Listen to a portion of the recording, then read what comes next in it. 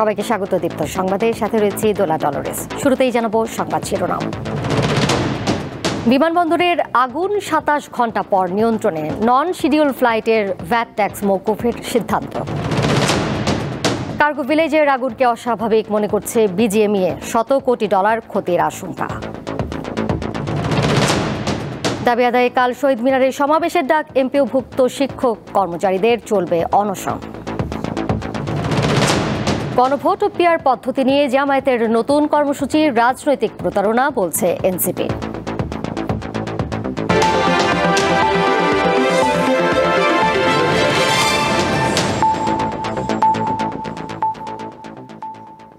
শাহজালাল বিমানবন্দরের কার্গো কমপ্লেক্সে লাগা আগুনের ক্ষয়ক্ষতি নিরূপণ করা হচ্ছে।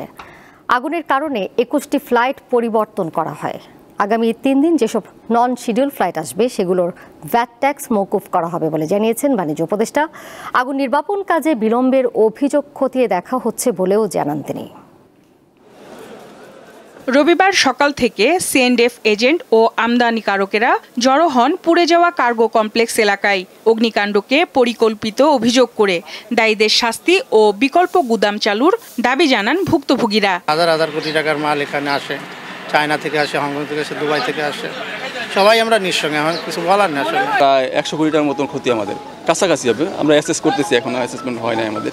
বাংলাদেশ আসলে বিশাল একটা বিপদে পড়ে গেল। এটা আসলে আমাদের জন্য অনেক ক্ষয়ক্ষতি হবে। তো গভর্নমেন্টের কাছে আমার রিকোয়েস্ট যেন গভর্নমেন্ট একটা সুদৃষ্টি দেয় এটাতে। ক্ষতি যদি এখানে 10 থেকে 15 20 হাজার কোটি টাকা মাল পড়ে, এটা 10 গুণ বৃদ্ধি পাবে অর্থনৈতিকভাবে। এরপর ক্ষতিগ্রস্ত কার্গো টার্মিনাল পরিদর্শন করেন বিজিএমইএর প্রতিনিধিরা। সরকারকে আরও দায়িত্বশীল হওয়ার আহ্বান জানান তারা। উপাত্ত নিয়ে সংশ্লিষ্ট কর্তৃপক্ষ, বিমানবন্দর, বেসামরিক পরিবহন, পর্যটন মন্ত্রণালয়, কাস্টম কর্তৃপক্ষ এবং অন্যান্যদের সঙ্গে সমন্বয় সভা করছে। সবার সতর্ক থাকতে হবে। আমি দেশের সকল শিল্প কারখানা ও সংশ্লিষ্ট সকলকে আগুন থেকে সাবধান থাকার আহ্বান জানাচ্ছি। একই সময়ে ঘটনাস্থল পরিদর্শনে যান বাণিজ্য ও বিমান উপদেষ্টা শেখ বশির উদ্দিন। বলেন, নির্বাপন কাজে বিলম্বের যে অভিযোগ আসছে তা আমলে নিয়ে কাজ করছে সরকার। 30 সেকেন্ডের মধ্যে আমাদের নিজস্ব অগ্নি নির্বাপন যে সংস্থা রয়েছে তারা আগুনকে অ্যাপ্রোচ করেছে। সো এরপরেও যত ধরনের অভিযোগ এসছে এটা আমলে নিয়ে আজকে যে আন্তঃমন্ত্রণালয়ের সভা হবে কিছুক্ষণ পরে, এখানে সকল বিষয় শুধু আমাদের না, অন্য মন্ত্রণালয় এবং গোয়েন্দা সংস্থার তথ্য বিশ্লেষণ করে আমাদের প্রয়োজনীয় সিদ্ধান্ত আমরা নেব। তিনি আরও বলেন, এই অগ্নিকাণ্ডের ঘটনায় মোট 21টি ফ্লাইট বাতিল ও অন্য বিমানবন্দরে সরিয়ে নেওয়া হয়েছে। এই আগুনের যে পরিমাণগত যে ভয়াবহতা, এটাকে ওই একটা ইউনিট দিয়ে এটাকে হ্যান্ডেল করা যায়নি। এই জন্য পর এক এক করে 37টা ইউনিট জোগাড় করতে হয়েছে। ব্যবসায়ীদের ক্ষতিপূরণের বিষয়টি দেখা হচ্ছে জানিয়ে বাণিজ্য উপদেষ্টা বলেন, অগ্নিকাণ্ডে ক্ষয়ক্ষতির পরিমাণ নির্ধারণের চেষ্টা চলছে।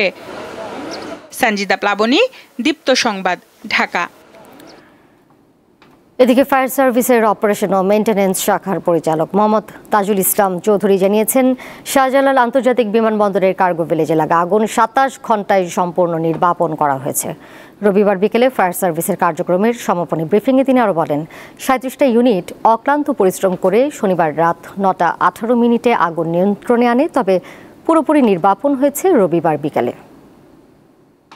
এখানে যদি অ্যাক্টিভ অথবা প্যাসিভ আমাদের যে কোনো ধরনের ডিটেকশন সিস্টেম যদি থাকতো এবং তার সাথে প্রোটেকশন সিস্টেম থাকতো, তাহলে হয়তো এতটা দুর্ঘটনা ঘটতোই না। তো এই ধরনের কোনো বিষয় আমরা এখানে পাইনি। আমাদের যে নিয়মতান্ত্রিকভাবে যে জায়গায় স্পটে আসার কথা, আমরা সেভাবে এসেছি এবং এখানে কেউ বাধা দেয়নি অথবা কেউ বিলম্ব করাই নাই। এত টেম্পারেচারের কোনো কিছু সাধারণত কনস্ট্রাকশন ধরে রাখতে পারে না। এই জন্য আমরা ভিতরে দেখেছি বেশ কিছু ফাটল ধরেছে, কলামেও ফাটল ধরেছে। এটা অবশ্যই ঝুঁকিপূর্ণ। বিমানবন্দরে আগুনের ঘটনায় $100 কোটি ক্ষয়ক্ষতি হয়েছে এবং দেশের অর্থনীতি অন্তত 1.5 মাসের জন্য পিছিয়ে গেছে বলে জানিয়েছেন ব্যবসায়ী ও অর্থনীতিবিদরা। শুধু রপ্তানি নয়, আমদানি ও বৈদেশিক বাণিজ্য সহ প্রায় সব অর্থনৈতিক কাণ্ডে এর নেতিবাচক ধাক্কা লাগবে বলে মত তাদের। আগুনের ঘটনাকে অস্বাভাবিক বলে দাবি বিজিএমইএর। ঘটনা তদন্তে 7 সদস্যের কোর কমিটি গঠন করেছে সরকার। গেল শনিবার রাজধানীর হযরত শাহজালাল আন্তর্জাতিক বিমানবন্দরের কার্গো ভিলেজ কমপ্লেক্স বা পণ্য রাখার স্থানে অগ্নিকাণ্ডের ঘটনা ঘটে। এতে ক্ষয়ক্ষতির পরিমাণ $100 কোটি বেশি হতে পারে বলে অনুমান তৈরি পোশাক শিল্পের মালিকদের সংগঠন বিজিএমই এর নেতাদের। তারা বলছেন, এ দুর্ঘটনায় দেশের রপ্তানি বাণিজ্য, বিশেষ করে তৈরি পোশাক শিল্প মারাত্মকভাবে ক্ষতিগ্রস্ত হয়েছে। বিদেশ থেকে আসা সব পোশাক খাতের স্যাম্পল পুড়ে গেছে।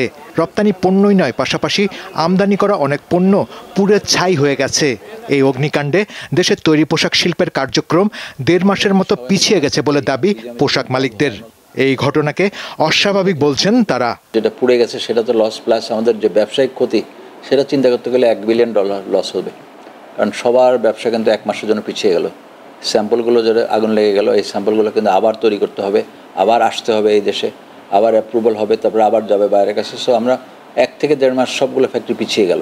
বিমানবন্দরের কার্গো ভিলেজ কমপ্লেক্সের নিরাপত্তার ঝুঁকি কমিয়ে একে আধুনিকায়নে বিনিয়োগ বাড়ানোর পরামর্শ দিয়েছেন বিশ্লেষকেরা। এয়ার কার্গো ওইটাকে আধুনিকায়ন করতে হবে, সব রকম সিকিউরিটির ব্যবস্থা করতে হবে, ইমপ্রুভমেন্ট ইমিডিয়েটলি করা উচিত। যতই ইনভেস্টমেন্ট লাগে এই ইনভেস্টমেন্টটা রিকভার করা যাবে। কার্গো ভিলেজে ভয়াবহ আগুনের ঘটনায় 7 সদস্যের কোর কমিটি গঠন করেছে দুর্যোগ ব্যবস্থাপনা ও ত্রাণ মন্ত্রণালয়। একটা কোর কমিটি গঠন করা হয়েছে। এই কমিটির নির্দেশনা অনুসারে আমরা পরিকল্পনা গ্রহণ করা হবে। কমিটি আগামী 5 নভেম্বরের মধ্যে প্রতিবেদন দেবে বলে জানা গেছে। শাহরিয়ার ইমন, দীপ্ত সংবাদ, ঢাকা। বাড়ি ভাড়া ভাতা মূল বেতনের 5% নির্ধারণ করে শিক্ষা মন্ত্রণালয়ের প্রজ্ঞাপন প্রত্যাখ্যান করে 3 দফা দাবিতে টানা 8ম দিনের মতো আন্দোলন করছেন এমপিওভুক্ত শিক্ষক কর্মচারীরা। দাবি আদায়ে অনশনের পাশাপাশি ভুখা মিছিল করেছেন তারা। ক্লাস ও পরীক্ষা বর্জন অব্যাহত রেখে রাজপথে থাকার ঘোষণা দিয়েছেন আন্দোলনকারীরা। আগামীকাল শহীদ মিনারে সমাবেশ ডেকেছেন তারা। থালাবাটি হাতে রোববার বেলা 3:30টার দিকে কেন্দ্রীয় শহীদ মিনার থেকে মিছিল নিয়ে শিক্ষা ভবনের উদ্দেশ্যে রওনা হন এমপিওভুক্ত শিক্ষক কর্মচারীরা। 3 দিন অনশনের পর আয়োজিত এই কর্মসূচিকে ভুকা মিছিল নাম দেন আন্দোলনকারীরা। মিছিলটি হাইকোর্টের সামনে পৌঁছালে আটকে দেয় পুলিশ, পরে সেখানেই অবস্থান নেন শিক্ষকেরা। এতে বন্ধ হয়ে যায় হাইকোর্ট থেকে দোয়েল চত্বরমুখী যান চলাচল।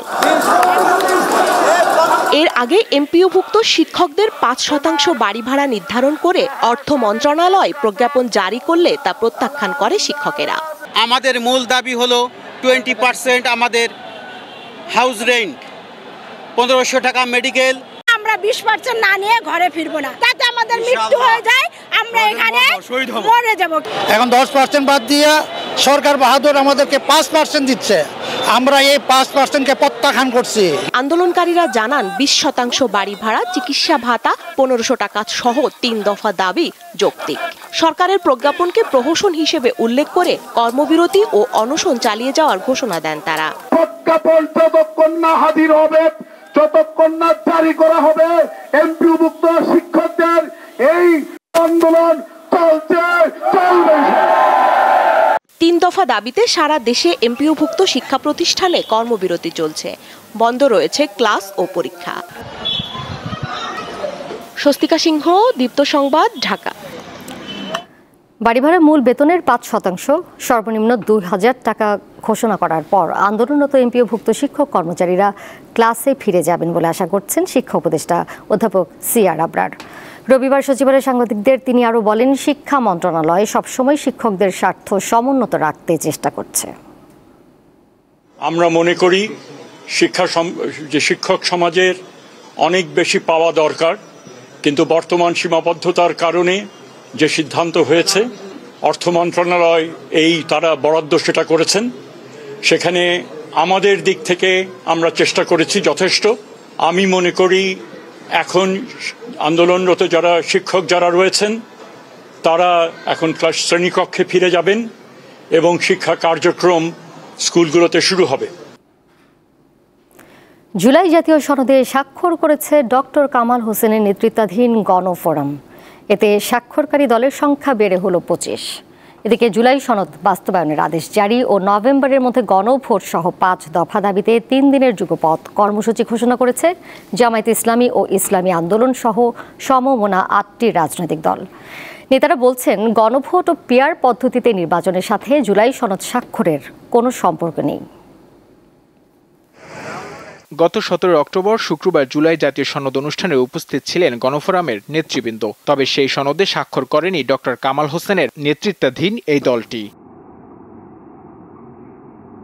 রবিবার দুপুরে জুলাই জাতীয় সনদ স্বাক্ষর করতে গণফোরামের ভারপ্রাপ্ত সভাপতি সুব্রত চৌধুরীর নেতৃত্বে 5 সদস্যের প্রতিনিধি দল যায় জাতীয় ঐকমত্য কমিশনে। এ নিয়ে গণফোরাম সহ 25টি রাজনৈতিক দল জুলাই সনদে সই করল। যে ঐক্য বাংলাদেশে আজকে সমস্ত দলগুলোর মধ্যে যে তারা যে একটা ঐক্য সৃষ্টি করতে পেরেছে অভূতপূর্ব, গত 54 বছরে যেটা আমরা পারি নাই, সেটা এই ঐকমত্য কমিশনের মধ্য দিয়ে বর্তমান সরকার সেটা করেছে।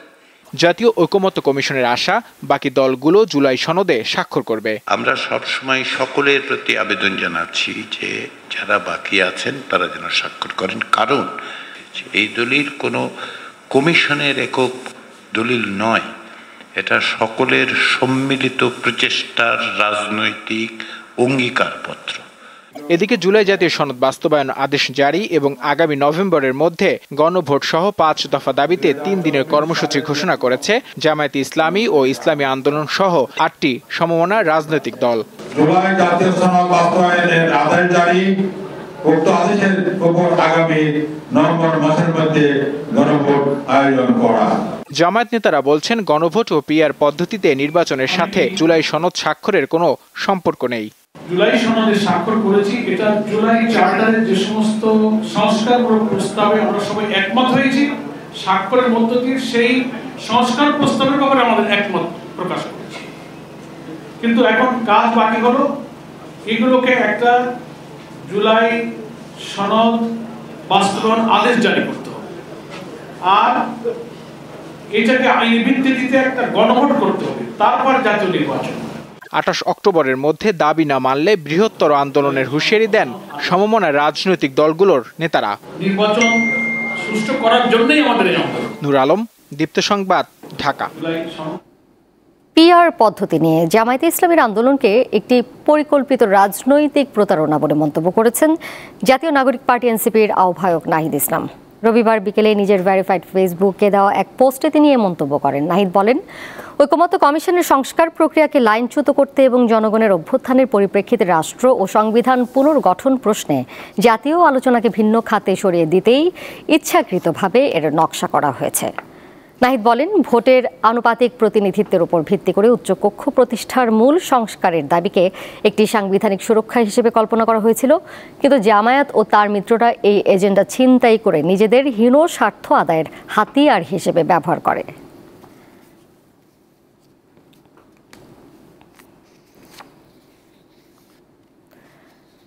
বর্তমান নির্বাচন কমিশনের সুষ্ঠু নির্বাচন আয়োজনের কোনো যোগ্যতা নেই বলে মন্তব্য করেছেন এনসিপি নেতারা। রবিবার ইসি সচিবের সাথে বৈঠক শেষে তারা বলেন, ইসি মনমর্জি মতো চললে তাদের পদত্যাগ করতে বাধ্য করা হবে। এনসিপি শাপলা প্রতীকের বিকল্প কিছু ভাবছে না বলেও জানান তারা।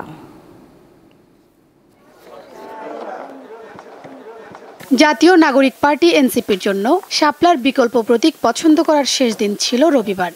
বিষয়টি নিয়ে সকালে আগারগাঁও নির্বাচন ভবনে ইসির সিনিয়র সচিব আক্তার আহমেদের সাথে 1.5 ঘন্টার বৈঠক করে এনসিপির 4 সদস্যের প্রতিনিধি দল।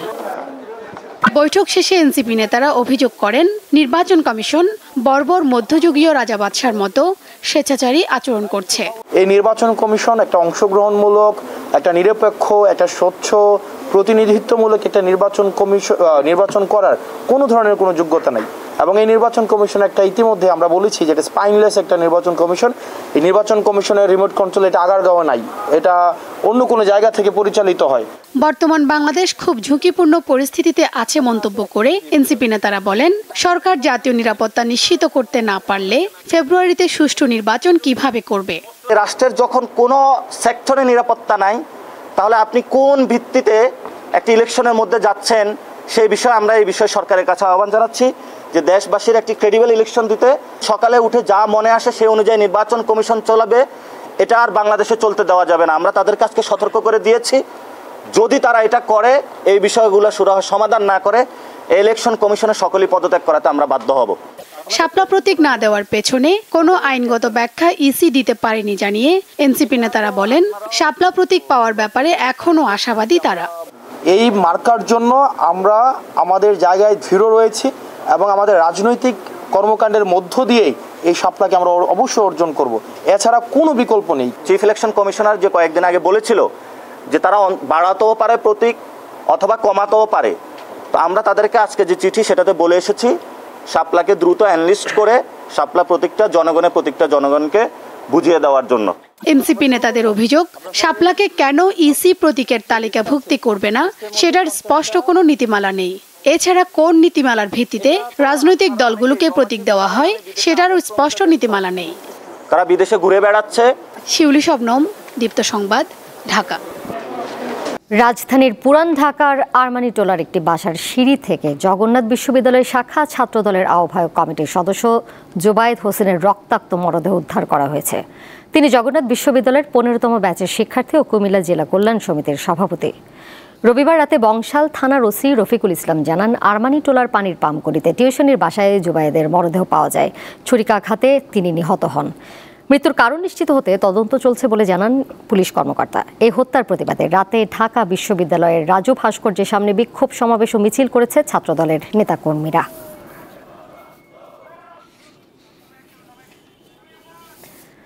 আধিপত্য বিস্তারকে কেন্দ্র করে কুমিল্লা ভিক্টোরিয়া সরকারি কলেজে দুই পক্ষের সংঘর্ষ হয়েছে। এই ঘটনায় আহত 4 জনকে কুমিল্লা মেডিকেল কলেজ হাসপাতালে নেওয়া হয়েছে। রবিবার সকালে কলেজের উচ্চ মাধ্যমিক শাখার ব্যবসায় শিক্ষা শাখার শিক্ষার্থী জিসান ও তাহফিদের সঙ্গে বিজ্ঞান শাখার শিক্ষার্থী তানভিদ সিফাতের কথা কাটাকাটি হয়। এর জেরে বেলা 12টার দিকে কলেজের শিক্ষার্থীরা ধারালো অস্ত্র নিয়ে এলোপাতাড়ি হামলা চালায়। এই ঘটনার একটি ভিডিও সামাজিক যোগাযোগ মাধ্যমে ছড়িয়ে পড়েছে। ভিক্টোরিয়া কলেজের অধ্যক্ষ আবুল বাশার ভুইয়া জানান, ঘটনার পর শিক্ষার্থীদের মাঝে আতঙ্ক ছড়িয়ে পড়েছে। একটি তদন্ত কমিটি গঠন করা হবে।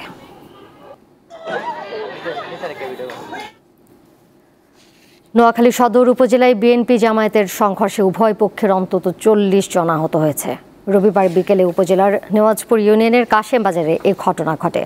নোয়াখালী জেলা ছাত্র শিবিরের প্রচার সম্পাদক ফজলে রাব্বি অভিযোগ করেন, গতকাল উপজেলার কাশেম বাজার জামে মসজিদে ছাত্র শিবিরের অনুষ্ঠানে যুবদলের নেতাকর্মীরা হামলা চালায়। এর প্রতিবাদে আজ কর্মসূচি ঘোষণা করে ছাত্র শিবির।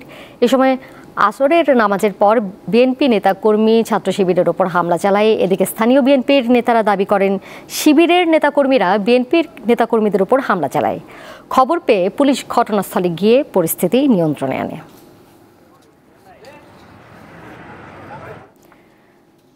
চট্টগ্রাম বন্দরের পণ্যবাহী গাড়ি চালকদের কর্মবিরতি প্রত্যাহার করা হয়েছে।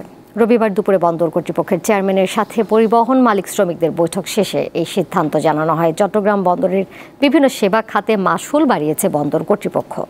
চলতি মাসের 15 তারিখ থেকে নতুন হার কার্যকর করা হয়েছে। কর্তৃপক্ষের এই উদ্যোগে বিক্ষুব্ধ হয়ে ওঠে বন্দর ব্যবহারকারীরা। বর্ধিত মাশুল প্রত্যাহারের দাবিতে বন্দরে পণ্য আনা নেয়ার কাজে নিয়োজিত ট্রাক, কাভার্ড ভ্যান ও প্রাইম মুভার মালিকরা তাদের গাড়ি শনিবার থেকে বন্দরে প্রবেশ বন্ধ করে দেয়। এতে আমদানি রপ্তানি কাজে স্থবিরতা নেমে আসে। বর্ধিত ফি স্থগিত করা হয়েছে।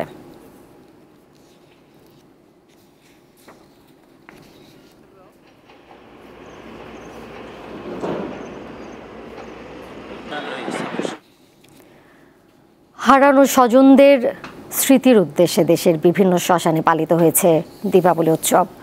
রবিবার সন্ধ্যায় জেলার কেন্দ্রীয় মহাশ্মশান ঘাটে মোমবাতি প্রজ্বলন করে এই উৎসব পালন করা হয়।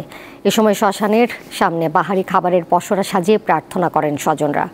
প্রিয়জনের আত্মার শান্তি কামনায় ঢাকের বাদ্য ও ধর্মীয় গানে পূজা অর্চনায় মেতে ওঠেন সনাতনীরা। এছাড়া উপজেলার মহাশ্মশান ঘাটগুলোতে নানা আয়োজনে এই উৎসব পালিত হয়েছে। প্রতি বছর চতুর্দশীর পুণ্যতিথিতে মহাশ্মশানে সমবেত হন হিন্দু সম্প্রদায়ের হাজারো নারী পুরুষ। বরিশালেও অনুষ্ঠিত হয়েছে সনাতন ধর্মাবলম্বীদের শ্মশান দীপাবলি উৎসব। আলোয় আলোকিত হয়ে ওঠে উপমহাদেশের অন্যতম বৃহৎ মহাশ্মশান।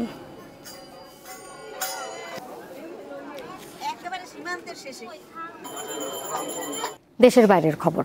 ফ্রান্সের প্যারিসে অবস্থিত বিশ্বখ্যাত লুভর জাদুঘরে ডাকাতির ঘটনা ঘটেছে। এই ঘটনার পর জাদুঘরটি সাময়িকভাবে বন্ধ রাখা হয়েছে। রবিবার স্থানীয় সময় সকালের দিকে এই ডাকাতির ঘটনা ঘটে। জাদুঘরের নেপোলিয়ন সংগ্রহশালা থেকে গয়না চুরি গেছে। এই ঘটনার পর ফ্রান্সের সংস্কৃতিমন্ত্রী রচিতা দাতি সামাজিক যোগাযোগ মাধ্যম এক্সে এক পোস্টে জানিয়েছেন, একদিনের জন্য জাদুঘরটি বন্ধ থাকবে। ডাকাতির ঘটনা পুলিশ তদন্ত করছে বলেও জানিয়েছেন তিনি। লুভার জাদুঘর বিশ্বের সর্বাধিক পরিদর্শন করা জাদুঘর। এখানে লিওনার্দো দা ভিঞ্চির বিখ্যাত মোনালিসা চিত্রকর্ম সহ অনেক বিখ্যাত শিল্পকর্ম ও মূল্যবান জিনিসপত্র রয়েছে।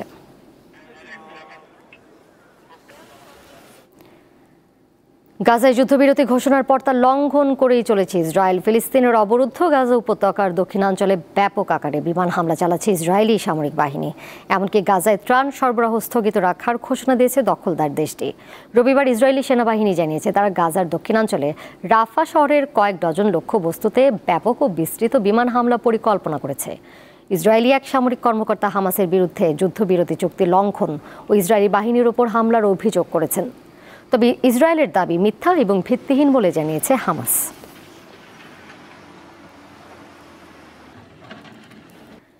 নারী বিশ্বকাপে নিজেদের ষষ্ঠ ম্যাচে কাল শ্রীলঙ্কার মুখোমুখি হবে বাংলাদেশ। শ্রীলঙ্কায় ম্যাচ শুরু বাংলাদেশ সময় বেলা 3:30টায়। আসরের প্রথম ম্যাচে পাকিস্তানকে হারিয়ে উড়ন্ত সূচনা করে বাঘিনীরা। এরপর লড়াই করেও ইংল্যান্ড, নিউজিল্যান্ড, সাউথ আফ্রিকা, অস্ট্রেলিয়ার সাথে হেরে যায় তারা। এতে 5 ম্যাচে 1 জয় নিয়ে টেবিলের 6 নম্বরে আছে লাল সবুজের মেয়েরা। সেমিফাইনালের আশা টিকিয়ে রাখতে হলে লঙ্কানদের বিপক্ষে জয়ের বিকল্প নেই মারুফা জ্যোতিদের। অন্যদিকে শ্রীলঙ্কার আছে টেবিলের 7 নম্বরে, তাই তারাও ছেড়ে কথা বলবে না।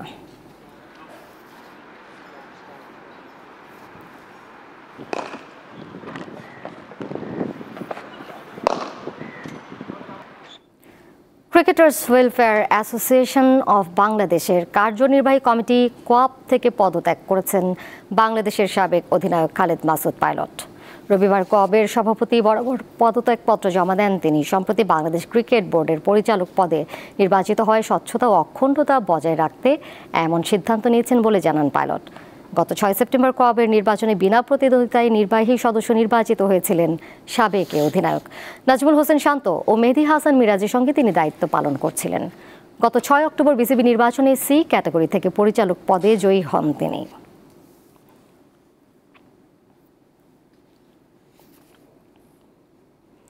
এর সাথে শেষ করব দীপ্ত সংবাদ। যাবার আগে শিরোনামগুলো জানিয়ে দেব আরও একবার। বিমানবন্দরের আগুন 27 ঘন্টা পর নিয়ন্ত্রণে। নন শিডিউল ফ্লাইটের ভ্যাট ট্যাক্স মওকুফের সিদ্ধান্ত। কার্গো ভিলেজের আগুনকে অস্বাভাবিক মনে করছে বিজিএমইএ। $100 কোটি ক্ষতির আশঙ্কা।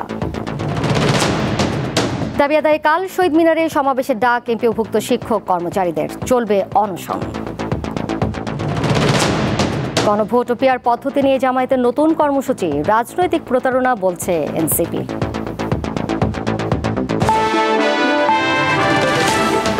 এই ছিল এখনকার মতো। এর সাথে বিদায় নিচ্ছে আমি দোলা ডলরেস। আরও তথ্য এবং বিনোদনের নানা খবর জানতে যুক্ত থাকুন দীপ্ত ডিজিটাল প্ল্যাটফর্মে। ধন্যবাদ সবাইকে এতক্ষণ সাথে থাকার জন্য।